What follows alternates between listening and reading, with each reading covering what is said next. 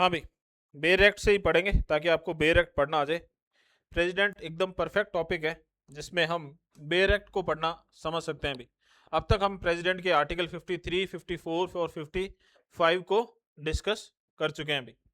आज अपने करने वाले हैं 56, 57, 58, 59 और 60 को। सबसे पहले आते हैं अपने आर्टिकल 56। और 56 की अगर बेयर एक्ट में हेडिंग देखोगे तो क्या है? Term of office of president. Term of office of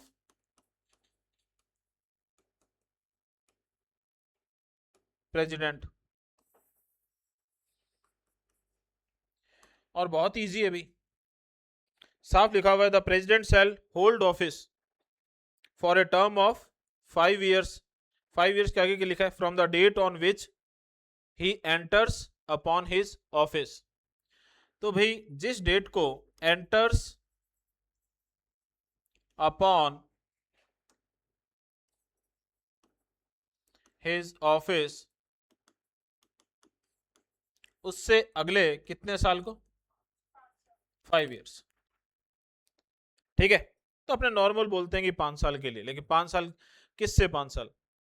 ठीक है, एंटर्स अपॉन हिज ऑफिस की डेट के से अगले 5 साल।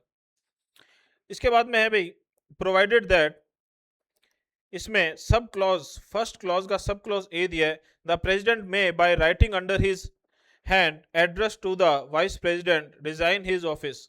ध्यान से सुनना भाई, आप अपने इसको इस तरीके से याद कर लेते हैं कि क्या 5 साल से पहले भी प्रेसिडेंट जो है अपनी पोस्ट से हट सकता है क्या? Before 5 years। तो इसका आंसर भी यही आर्टिकल हमें देगा, इसका आंसर भी यही आर्टिकल हमें देगा। कैसे हट सकता है? रेजिग्नेशन के थ्रू। कैसे हट सकता है? रेजिग्नेशन के थ्रू। ये जो रेजिग्नेशन है, एक चीज ध्यान रखना भी, रेजिग्नेशन किस में दिया जाएगा? रिटर्न में दिया जाएगा। किस में दिया जाएगा? रिटर्न में दिया जाएगा। प्रेसिडेंट रेजिग्नेशन किसको देगा? वाइस प्रेसिडेंट को। हाँ भाई इधर ध्यान देना, किसको देगा? वाइस प्रेसिडेंट को। ठीक है, अब इसी बेरेक्ट है सबके सब पास? ठीक है, नहीं है तो ध्यान रखना भाई, इसका जब आप क्लॉज सेकंड पढ़ोगे, any resignation address to the vice president under clause A of the provision to clause first, ये कह रहे हैं क्लॉज फर्स्ट के सब क्लॉज के अंदर, ठीक है, जो रेजिग्नेशन की बात की गई है जो वाइस प्रेसिडेंट के पास पहुंचेगा, self forthwith be communicated by him to the speaker to the house of the people, of the house of the people, sorry. ये इसकी इंफॉर्मेशन, ये इसकी इंफॉर्मेशन हाथों हाथ किसको प्रोवाइड करवाएगा? स्पीकर ऑफ द लोकसभा या हाउस ऑफ द पीपल।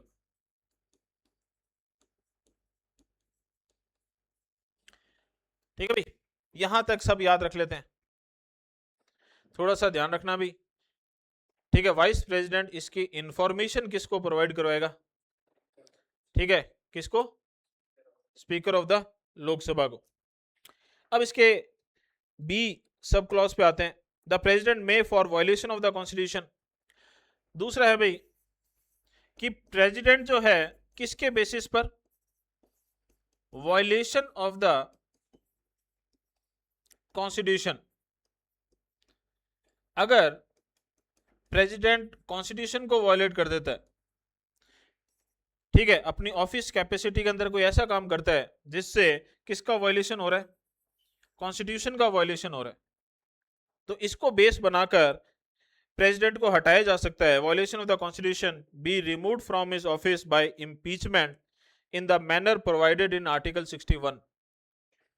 तो भाई इसके बेसिस पर प्रेसिडेंट को हटाया जा सकता है, can be removed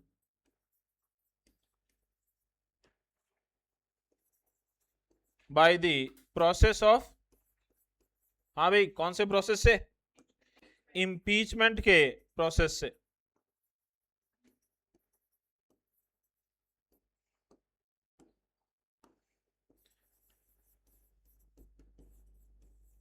provided in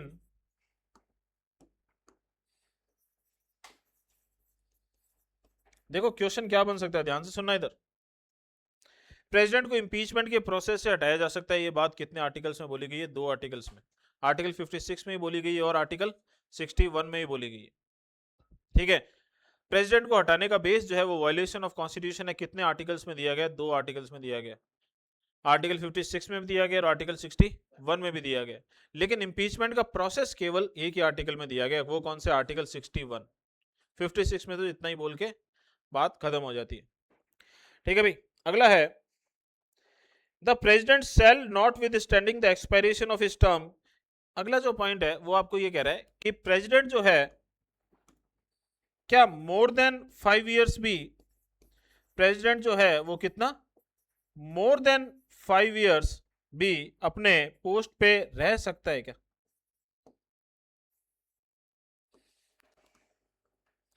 तो नॉर्मली अपने कॉमन सेंस ऐसे हो सकता है लगा के कह दे यार नहीं रह सकता, ठीक है, लेकिन रह सकता है भाई। Continue to hold office until his successor enters upon his office. Continue to hold his office until his successor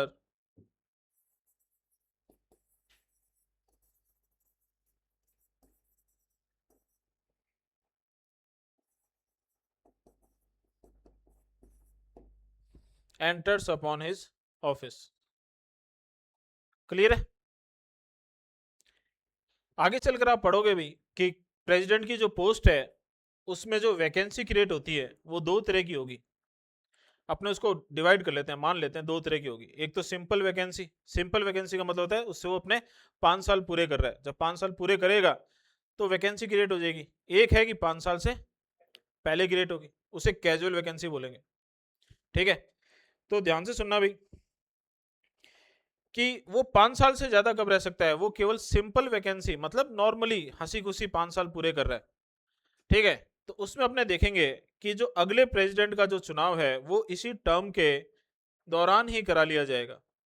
मान लो फॉर एग्जाम्पल से 4.5 साल हुए और अगले प्रेसिडेंट का इलेक्शन स्टार्ट करवा देंगे, और इस तरीके से करवाएंगे कि इस प्रेसिडेंट का टर्म खत्म होगा और सेम डे को अगला प्रेसिडेंट ओथ लेगा और enter upon his office.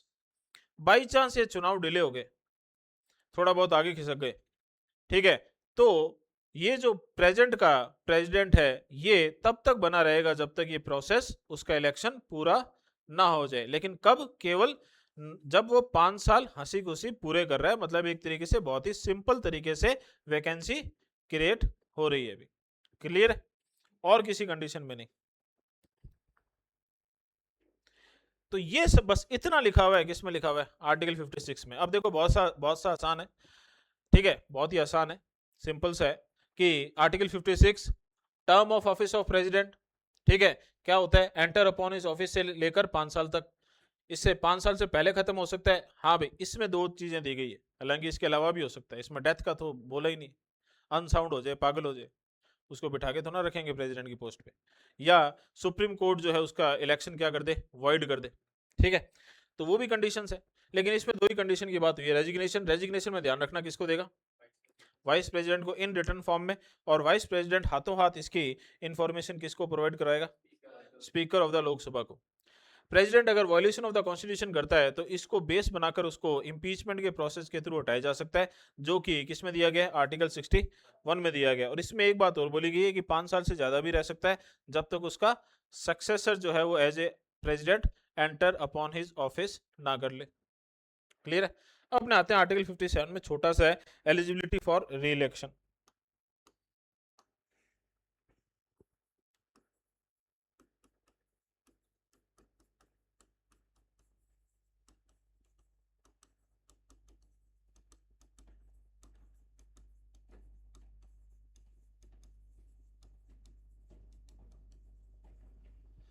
Eligibility for री इलेक्शन, इससे पहले वापस से आर्टिकल 53 में क्या दिया हुआ है अभी? Executive power of the union किस में वेस्टेड होती है? प्रेसिडेंट में वेस्टेड होती है। वो इनका यूज कैसे लेता है? बाय हिमसेल्फ और by the officer subordinate to him in accordance to the constitution. और वो क्या होता है? फोर्सेस का सुप्रीम कमांडर होता है। ये सारी बातें किसमें? 53 में। 54 क्या कहता है? प्रेसिडेंट का इलेक्शन होगा और ये इलेक्टोरल कॉलेज होगा। इलेक्टोरल कॉलेज का मतलब कौन वोट करेगा प्रेसिडेंट के इलेक्शन में? कितने तरह के लोग? 4 तरह के। Only elected Lok Sabha, Rajya Sabha, Vidhan Sabha of all the state और विधानसभा ऑफ दिल्ली एंड पुदुचेरी। इनको मिली है पावर लास्ट वालों को किससे? 70th कॉन्स्टिट्यूशनल अमेंडमेंट एक्ट 1992 से। इसके बाद जो नेक्स्ट है वो है manner of election of the president, proportional representation, single transferable vote system plus में सीक्रेट बैलेट। ठीक है, इसमें इलेक्टोरल कोटा का एक अलग से फॉर्मूला होगा, एमपी के वोट की वैल्यू निकालने के लिए एक फॉर्मूला होगा, एमएलए के वोट की वैल्यू निकालने के लिए एक फॉर्मूला होगा। ठीक है भाई, ये सारा अपने को पढ़ना है। उसके बाद में अच्छा, इसके अंदर जो पॉपुलेशन का डाटा है वो 1971 का होगा, 84th कॉन्स्टिट्यूशनल अमेंडमेंट एक्ट 2002। ठीक है, इसके बाद अपने आगे किस पे? 56th पे term of the office of the president. और अब अपने आगे किस पे? इसमें साफ लिखा है अभी, ए person who holds or who has held. जो ऐसा पर्सन जो होल्ड कर रहा है या होल्ड कर चुका है, मतलब प्रेसिडेंट था, अगली बार नहीं लड़ा इलेक्शन, ठीक है, और फिर हो सकता है वापस मन में आ जाएगी मैं इलेक्शन लड़ लूं। तो a person who holds or who has held office as president shall subject to other provision of this constitution be eligible for re-election to that office।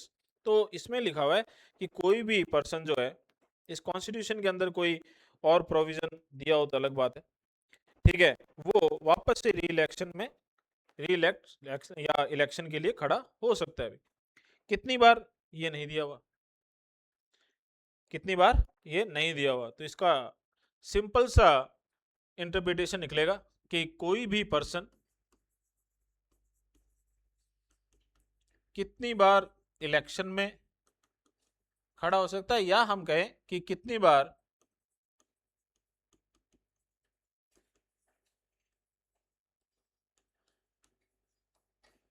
Appoint हो सकता है एज ए प्रेसिडेंट।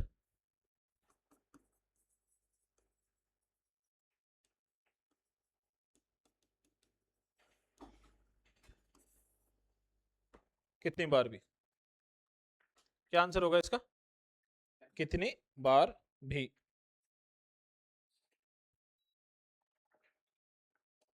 ठीक है भाई, आप लोगों के लिए अच्छी खबर है। अगर आप एक बार प्रेसिडेंट बन जाओ तो फिर आप वापस से प्रेसिडेंट के इलेक्शन लड़ सकते हो, कितनी बार भी लड़ सकते हो। ठीक है, नेक्स्ट आएगा भाई qualification for election as president. ये ध्यान रखना भाई, ये इंपॉर्टेंट है। एक 58 और 59 क्या है? Condition of president's office. देखो भाई,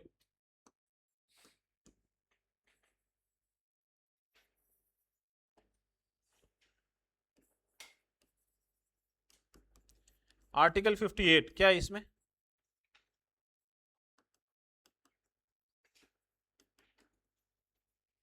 qualification for election as president.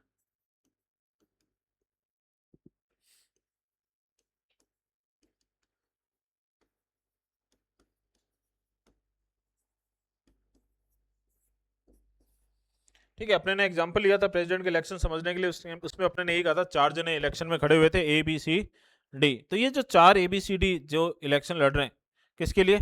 President के लिए। इनके पास कुछ क्वालिफिकेशंस होनी चाहिए। किससे पहले होनी चाहिए? इलेक्शन से पहले होनी चाहिए। 59 क्या है? Condition of president's office.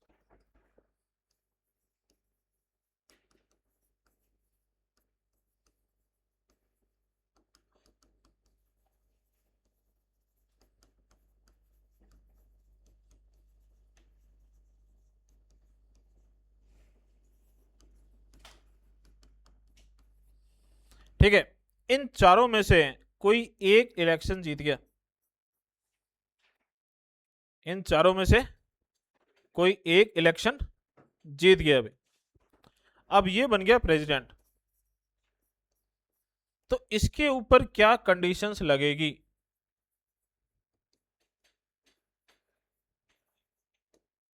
वो हमें कौन बताएगा?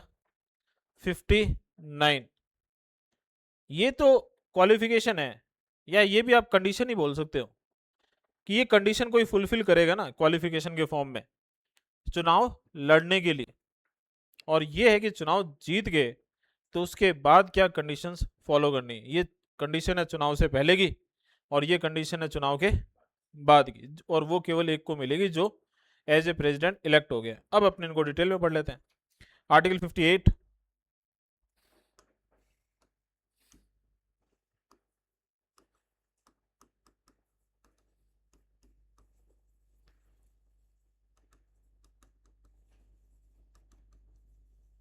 हाँ भाई हेडिंग क्या है, क्वालिफिकेशंस फॉर इलेक्शन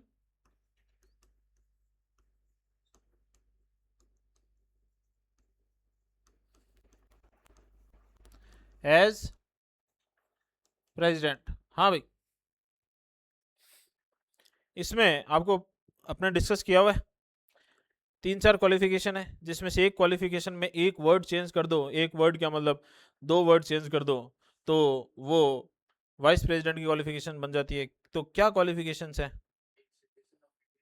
हाँ। हम्म। हम्म। एक और है, 4 चीजें याद रखनी है। हाँ भाई, should not hold office of, shell not hold office of profit, बस इतना सा याद रखना आपको।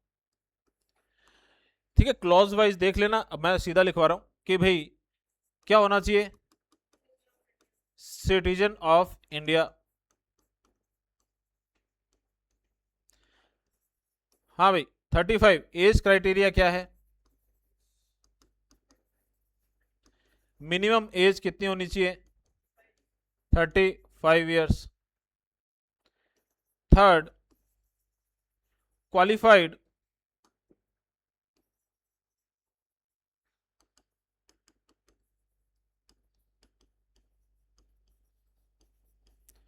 For the election of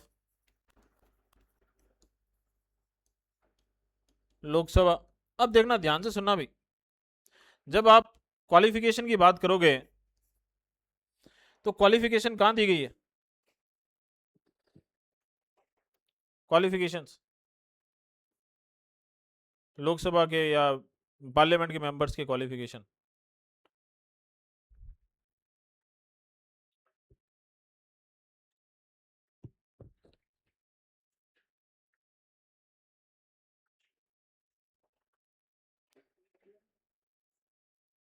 seventy nine तो पार्लियामेंट का स्ट्रक्चर है, 80 राज्यसभा का, 81 लोकसभा का है, 82 रीएडजस्टमेंट है, 83 ड्यूरेशन है, 84 क्या है, ठीक है क्या है।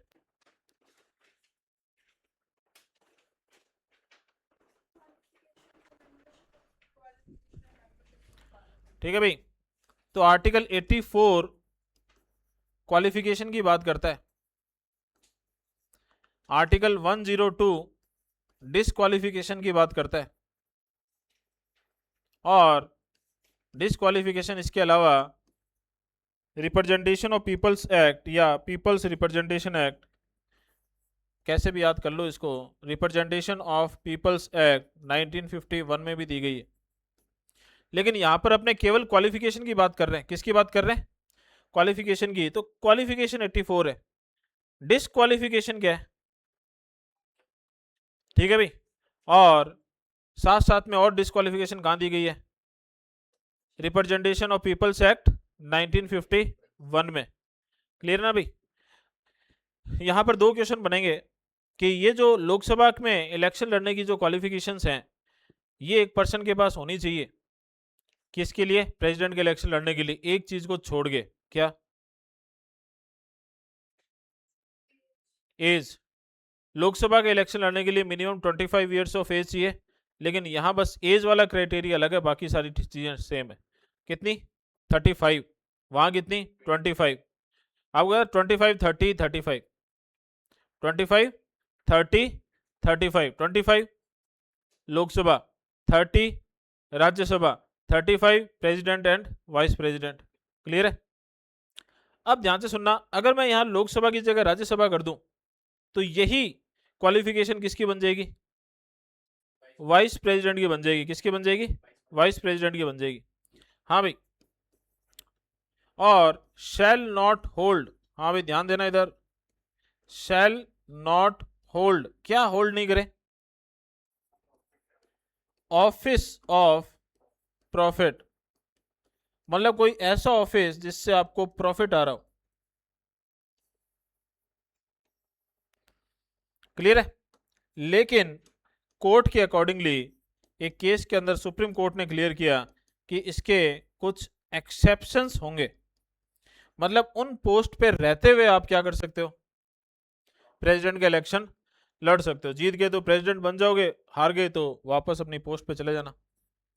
लेकिन ये वाली नहीं भाई, इस पे वापस नहीं जा सकते, क्योंकि इसमें तो नया प्रेसिडेंट आ जाएगा। ठीक है?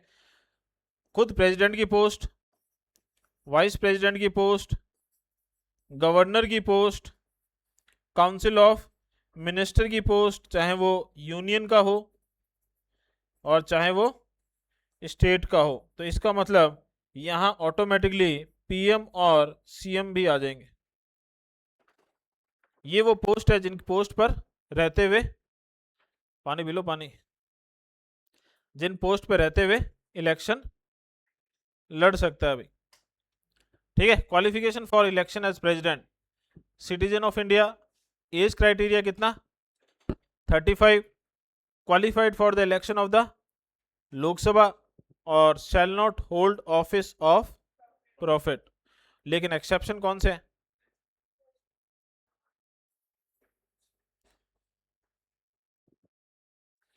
ऐसे पहले प्रेसिडेंट जो प्रेसिडेंट की पोस्ट पर रहते हुए जिन्होंने इलेक्शन लड़ा, पहले वाली वही बने 2 बार, इलेक्शन ही 2 बार उन्होंने लड़ा, क्या सोच रहे थे? ठीक है? और ऐसे जो एक्टिंग प्रेसिडेंट थे लेकिन उन्होंने रिजाइन दे दिया उससे, वीवी गिरी, बेसिकली वाइस प्रेसिडेंटशिप छोड़ दी उन्होंने। ठीक है भाई, ध्यान रखना इस चीज को। तो ऐसे तो पॉइंट याद कर ही लेना। और ऐसे जो लोकसभा के स्पीकर थे आगे चल के प्रेसिडेंट बने, एक बार चुनाव हार भी गए थे, नीलम Sanjeev Reddy.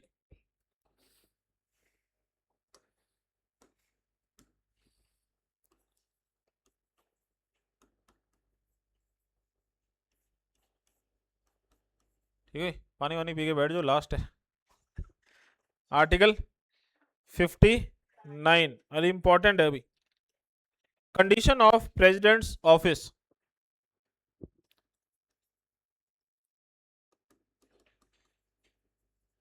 Conditions of president's office, मतलब आप बन गए हो प्रेसिडेंट, ऐसे फील्ड लेके देखो।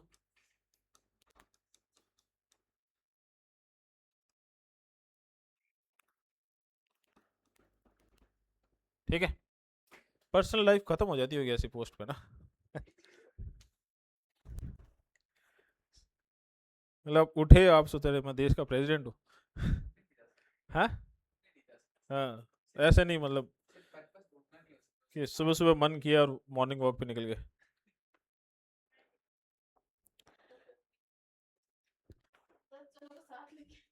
नहीं वो छोड़ेंगे ना साथ। वो खुद ही कह देंगे सर कहाँ जा रहे हो। प्रोटोकॉल अभी अभी देखते हैं, बाहर देखते हैं, उसके बाद डिसाइड करते हैं। हाँ भाई, कंडीशंस ऑफ प्रेसिडेंट्स ऑफिस, और इसमें सबसे पहली है भाई द प्रेसिडेंट, बहुत इंपॉर्टेंट है भाई पॉइंट, ही ध्यान से सुनना। The president shall not be member of either house of parliament or of a house of the legislature of any state। जब अपने आर्टिकल 79 करते हैं तब अपने क्या कहते हैं भाई कि पार्लियामेंट जो है वो 3 चीजों से कंपोज होती है। 3 चीजों से मिलकर बनी होती है। कौन कौन सी? ठीक है, प्रेसिडेंट, लोकसभा एंड राज्यसभा। तो अपने वहीं पर ही क्लियर करते हैं कि president is the part of parliament not the member of parliament.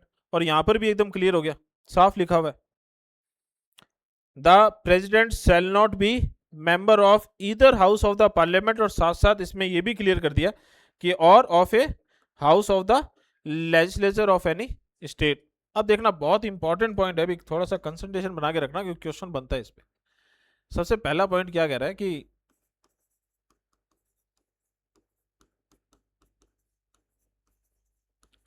President is not the member of either house of the parliament, मतलब लोकसभा एंड राज्यसभा, एंड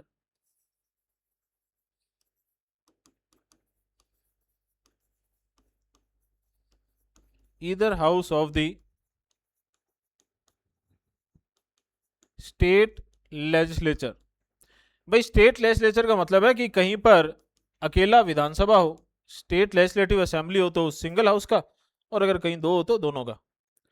अब देखना ध्यान से आगे, and if A member of either house of parliament. अच्छा मैं आपसे पूछता हूँ भाई, अगर कोई भी मेंबर, हालांकि कुछ को पता होगा शायद कि कोई भी लोकसभा या राज्यसभा का मेंबर, ठीक है, या किसी स्टेट लेजिस्लेचर का मेंबर, ठीक है, प्रेसिडेंट का इलेक्शन लड़ता है, ठीक है, तो वो प्रेसिडेंट इलेक्ट हो गया, वो प्रेसिडेंट इलेक्ट हो गया, ठीक है, तो उसे अपने मेंबरशिप से रेजिग्नेशन देना होगा क्या? हाँ, देना ही होगा, ठीक है। आप तो फाउंडेशन वाले बैच इसमें थे ना, फिर भी देना ही होगा।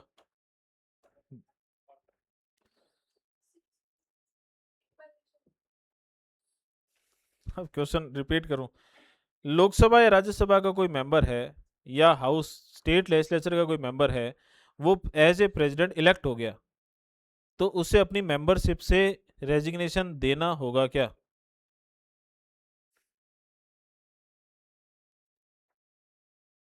नहीं भी नहीं देना होगा, ठीक है।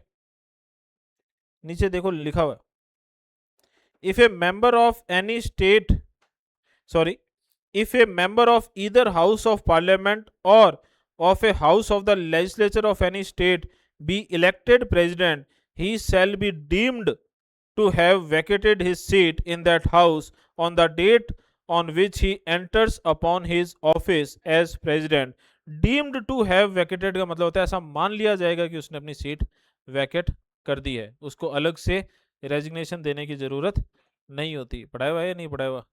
पढ़ाया हुआ है, ऐसे मत बोलो, 11th में पढ़ाया हुआ है, ठीक है भाई।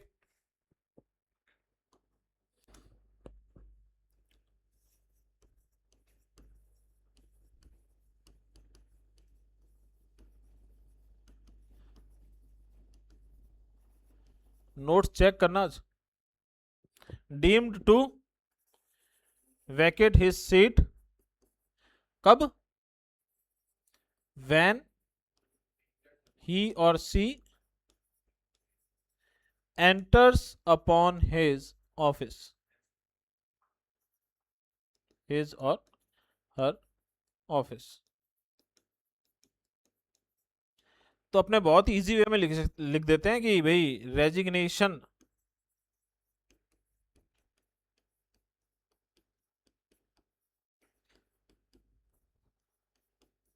नहीं देना होगा, मान लिया जाएगा।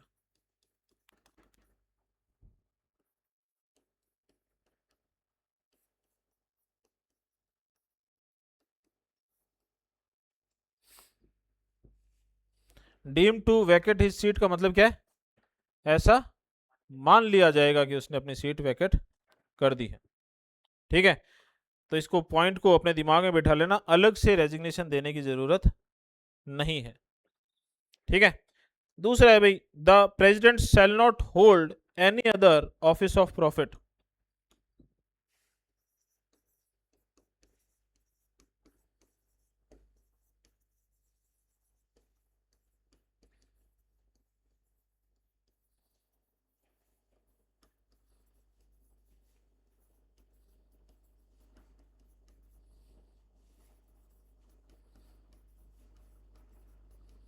अब ये थोड़ा सा ना डिस्कशन का पॉइंट बन जाता है कि यहां पर वो एक्सेप्शन आएंगे क्या, ठीक है। तो मेरे हिसाब से अभी तक ये कोई ऐसा मतलब कोई केस गया नहीं, इंटरप्रिटेशन हुआ नहीं, हुआ है तो मुझे ध्यान आ नहीं रहा। ठीक है, और अपने कहते हैं भी कि डॉक्टर राजेंद्र प्रसाद जो है वो कुछ टाइम के लिए प्रेसिडेंट थे, तब ये कृषि और खाद्य मंत्री, एग्रीकल्चर एंड फूड मिनिस्टर भी रहे थे। अब ये थोड़ा सा है, आपको अपने को सर्च करना पड़ेगा। ठीक है कि लेकिन मेरे हिसाब से मैंने कभी पढ़ा नहीं कि इस ऑफिस ऑफ प्रॉफिट जो है इस पर भी वो एक्सेप्शन लागू नहीं होते, क्योंकि यहाँ पर होते नहीं होते वाली बात नहीं होती। अपने दिमाग ये जाएगा कि यार यहाँ थोड़ा होंगे कि प्रेसिडेंट जो है वो कोई और पोस्ट होल्ड कर ले जो एक्सेप्शन वाली है। ठीक है, लेकिन देखो मेरे हिसाब से तो ऐसा कोई केस आया नहीं है, तो कभी आया तो क्लियर होगा। ऐसा अभी याद कर लो कि कंडीशन में भी ये पॉइंट है, the president shall not hold any other office of profit. अगला है भी बहुत आसान है, लंबा चौड़ा है लेकिन आसान सा है। The president shall be, president shall not नहीं, the president shall be entitle without payment of the rent to the house use of his official residence. तो भाई प्रेसिडेंट हाउस जो है, राष्ट्रपति भवन जो है, उसमें बिना किराया दिए ओ रहेंगे भी। तो ये लिखना जरूरी है भी, उनसे किराया मांग ले तो वो कहेंगे कॉन्स्टिट्यूशन में लिखा है भाई किराया नहीं देना है। ठीक है, तो कॉन्स्टिट्यूशन में एक एक बात क्लियर की गई है, और लॉयर ऐसी बात तो पहले क्लियर करते हैं। ठीक है, तो भाई यूज हिज ऑफिशियल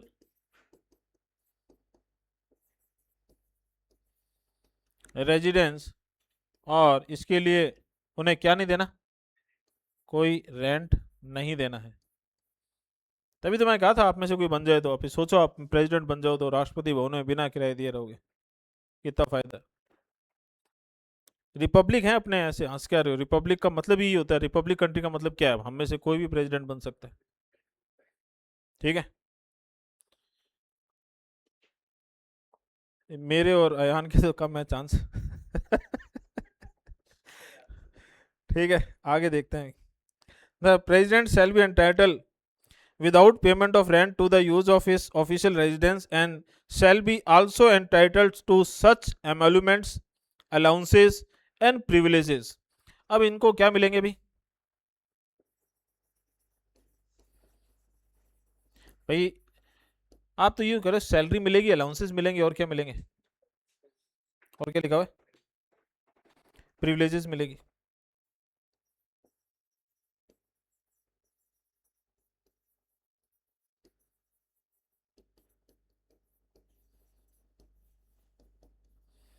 ठीक है, अपने को याद क्या करना है, as may be determined by parliament by law until provision in that behalf is so mad.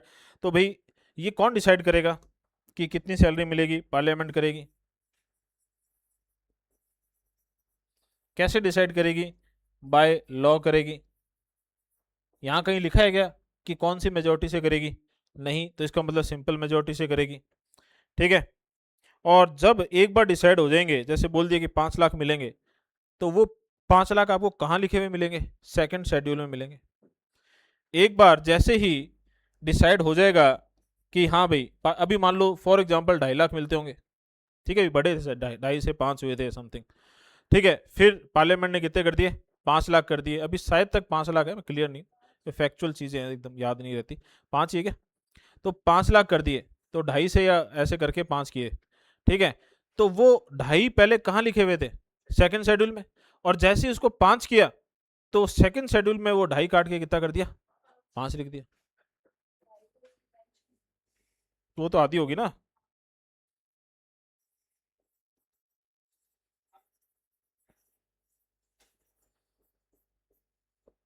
Schedule 2 clear है।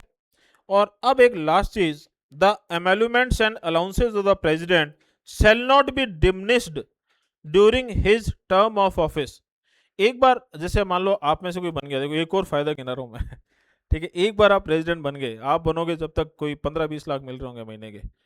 ठीक है, आप एक बार बन गए, मान लो 15-1 लाख रुपए आपको मिल रहे हैं, तो अब सरकार उसको कम मान लो कर दे, लेकिन आपको 15 लाख ही मिलते रहेंगे। मतलब आपकी टर्म में आपको जो सैलरी मिल रही है उसको किसी भी तरीके से नेगेटिव तरीके से कम नहीं किया जा सकता, बढ़ाया भले ही जा सकता है। ठीक है, तो क्या लिखा हुआ है, the emoluments and allowances of the president shall not be diminished during his term of office.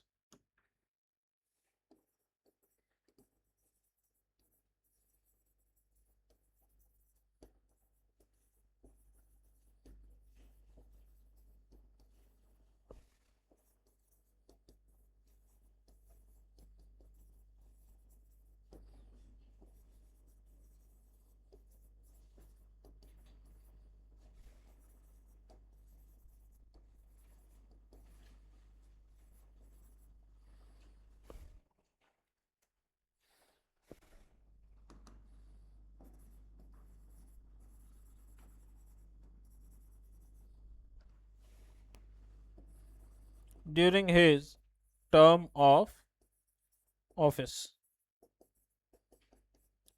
क्यों?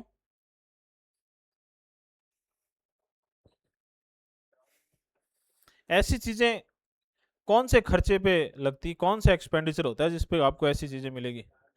चार्ज्ड अपॉन कंसोलिडेटेड फंड, क्योंकि प्रेसिडेंट को जो पैसा दिया जाता है वो क्या होता है अभी?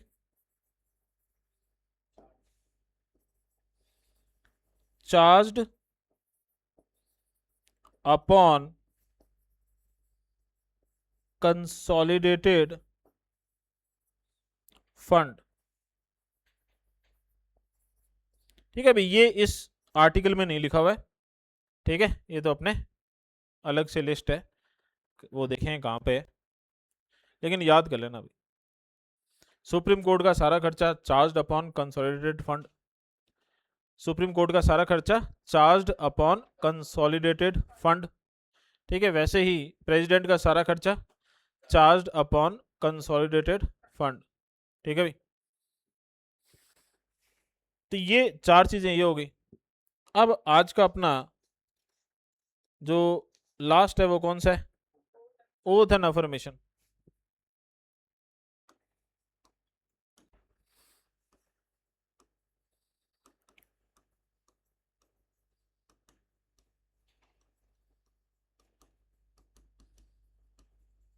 ओथ एंड अफर्मेशन किसकी? इसके बारे में आप जितना जानते हो उतना बता सकते हो क्या मुझे, या आप जितना जानते हो उतना बता ही नहीं पाते हो? क्योंकि फिर मैं कुछ बोलूंगा तो आप कहोगे हाँ सर ये तो है।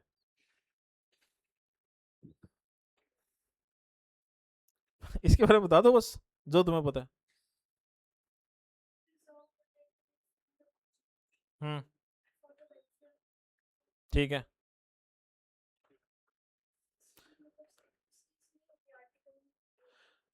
ठीक है, आपने बोला भी क्या है ये? Preserve, protect and defend the constitutional law, और लोगों के वेलफेयर के लिए काम करेगा। ठीक है, या करूंगा ऐसा बोलते। ठीक है, और ये शेड्यूल थर्ड में नहीं दी होती, इसी आर्टिकल में दी होती है। ठीक है भाई, और कोई बात?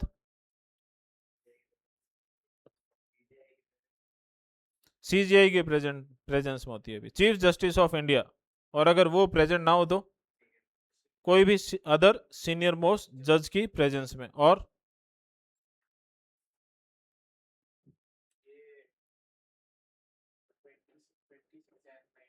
हाँ, ऐसी चीजें भी ध्यान रखा करो भी, कि ये उन आर्टिकल्स में है जो 26 नवंबर 1949 को इम्प्लीमेंट हो गया था। ठीक है, जो 16 आर्टिकल्स हमारा जब कॉन्स्टिट्यूशन पार्शली इनेक्ट हुआ था ना, कब? 26 नवंबर 1949 को, उस दिन ये इनेक्ट हो गया था। ठीक है, तो ये चीज भी अपने को ध्यान में रखनी है अभी। अब अपने बस इतनी बात है, और क्या ये कि भाई ये जो परफॉर्मा है, या अपने कहें कि ओथ जो है वो किसके सामने? In the presence of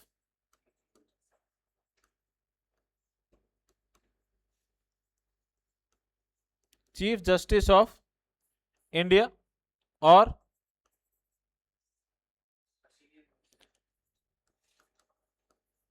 any other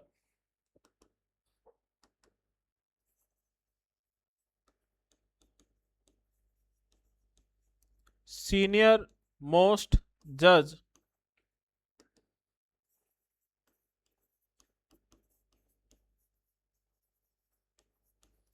of the supreme court.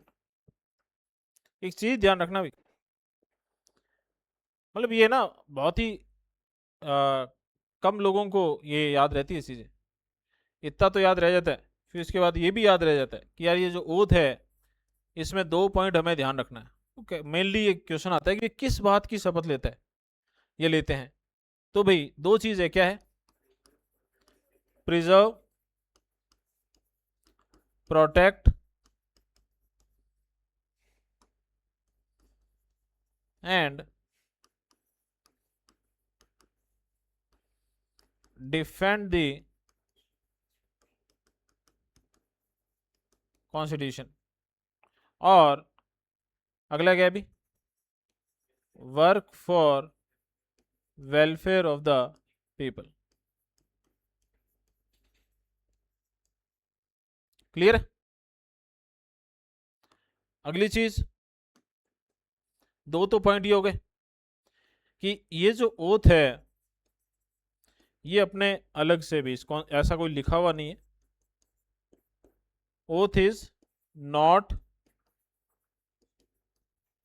Given in कौन सा शेड्यूल? Third schedule. ठीक है, इसी आर्टिकल में ही दी हुई है। ठीक है, और एक और चीज क्या?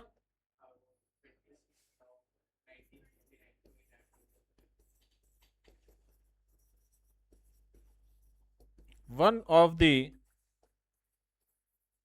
16 आर्टिकल्स, और ये बात कहां लिखी हुई है? आर्टिकल 394 में।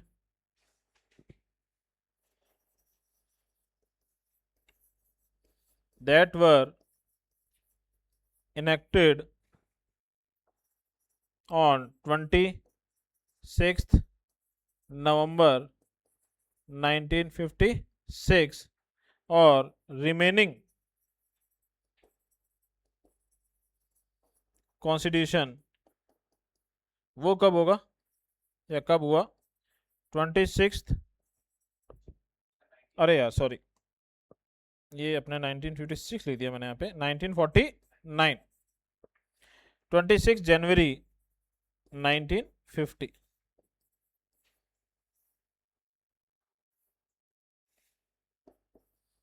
दिस इज डेट ऑफ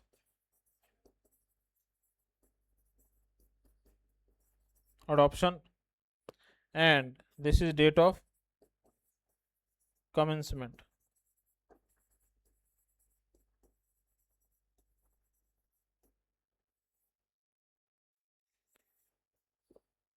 ठीक है, ये याद रख लेना भाई।